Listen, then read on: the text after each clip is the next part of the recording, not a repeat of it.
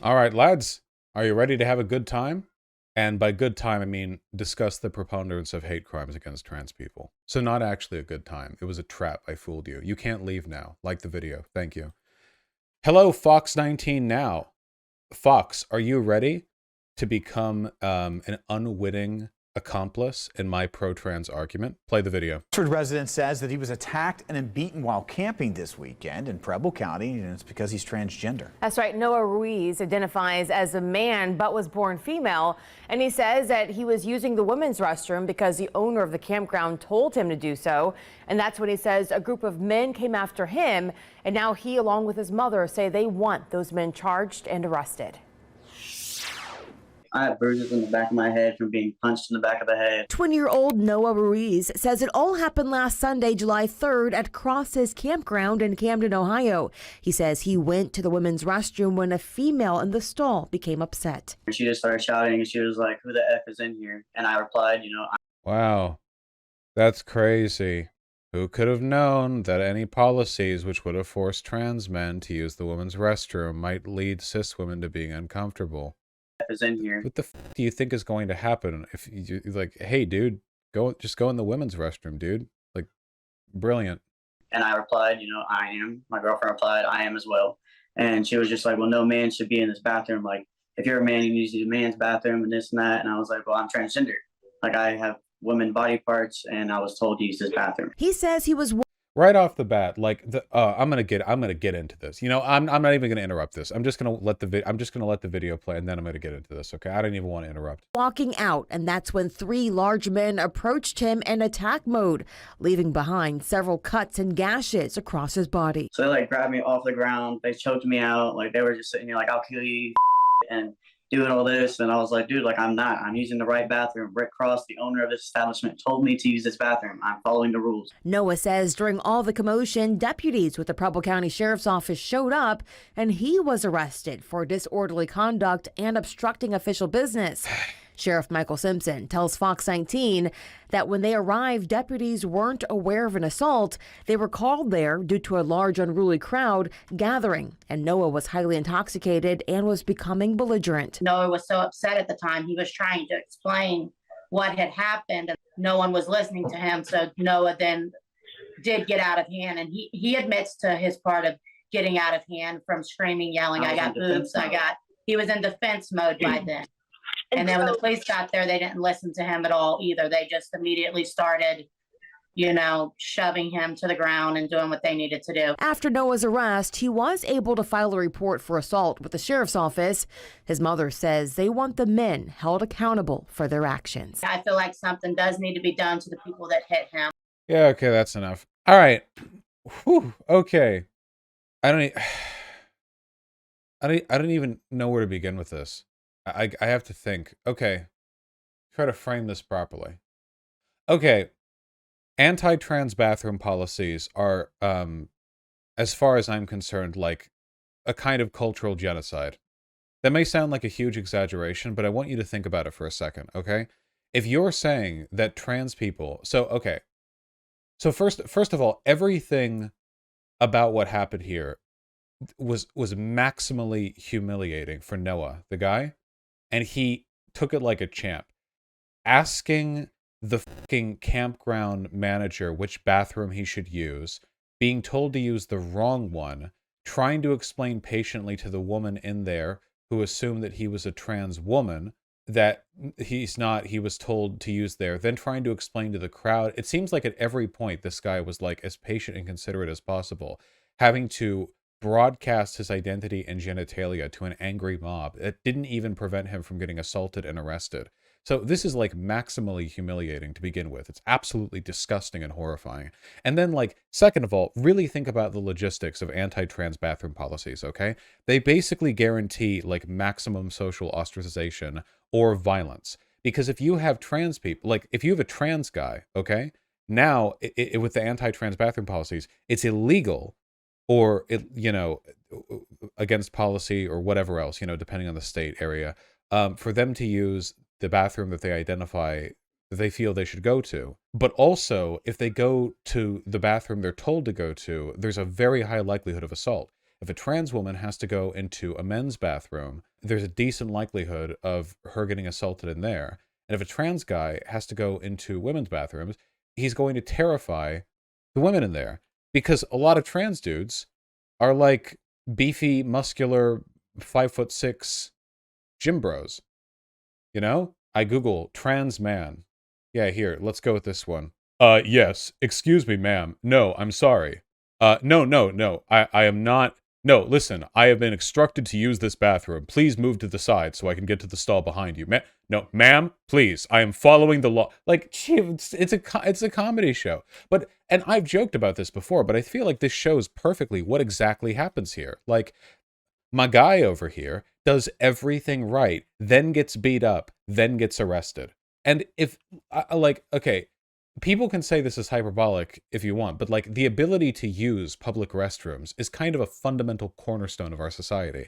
Like using public facilities, being able to use them safely is something that we consider so important that the fact that we used to have commonly segregated water fountains for white and colored people, that's like an iconic element of the Jim Crow like apartheid era, you know? It's so important to us that people have access to public facilities, that one of the symbols of apartheid in America is a segregated water fountain. But in this case, we're not even talking about segregation, because the logic of the anti-trans bathroom policies doesn't lead to segregated bathrooms. It leads to trans people not being able to use the bathrooms. It's not just separate, it's omission. At least it has to be in some cases. If you're like a beefy enough trans dude, like there's you can't enter a woman's restroom at the behest of the state, because conservatives, who are the people who are going to beat the shit out of you, are retarded.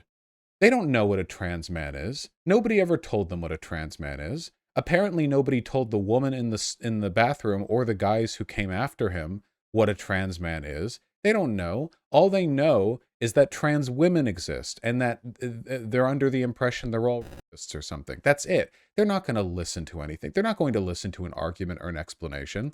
There is nothing that you can say to the vast majority of people who are going to come to kick the shit out of you as a trans guy, to get them to understand that you're abiding by their insane policy.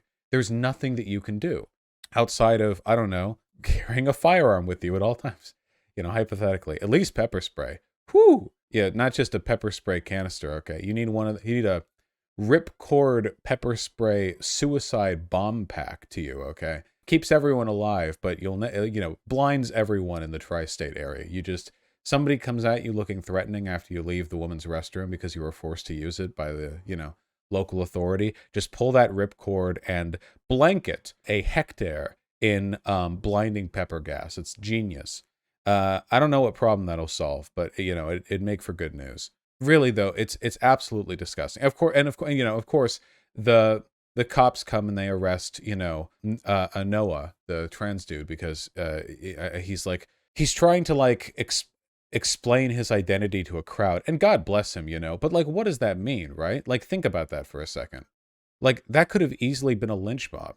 I know that sounds hyperbolic, but like, really think about it for a second, okay? With the way that like right-wing media is talking about how all trans people are predators and groomers and they're going to rape your children, blah, blah, and they all think that Noah's a trans woman because they think that a trans woman is a guy with a beard who goes into women's restrooms and says they're a woman.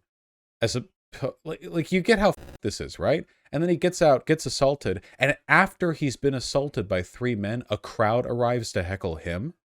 Like think about what that crowd is like. Think about what they might do, it's almost like a good thing the cops showed up. And who called the cops, by the way? Was it for the assault? Was it for him going in the bathroom to begin with? I'm guessing it was over him going in the bathroom to begin with, because it seems likely that the cops were called by one of the people in the crowd. It didn't say he called the cops, did it? Wait, did it? Let me check who called the cops? Who called the cops? Like, listening to the language of the guy, they said, quote, "I'll kill you, you F-slur." Thanks, YouTube. Doing all of this. Granville County Sheriff deputies showed up and arrested Ruiz. Yeah.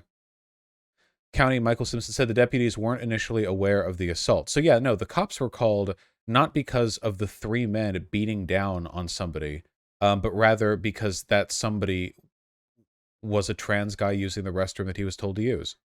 Absolutely insane. Absolutely insane. And we're going to keep seeing stuff like this happen, you know? Ruiz did, like, listen, the main thing that Ruiz, the trans guy, did wrong here, honest to God, I feel like was listening.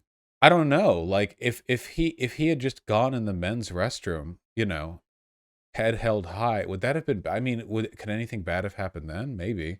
But something bad did happen using the women's restroom. It's an unwinnable situation. But this is the logic of these bills. And this is what they want, by the way. Keep that in mind, okay? The conservatives who push for this, use your biological bathroom or whatever, are aware of and looking forward to the social ostracization it will cause trans people. You know? It's like, you can go back, and this is very instructive, by the way. I encourage you to do this. You can go back if you want, and you can take a look at a bunch of old political records, newspapers, congressional reports, you know, there's tons of it. Take a look at how people justified segregation back before, you know, the Civil Rights Act and all. Take a look at how it was legitimized by white supremacists, especially in the South, you know?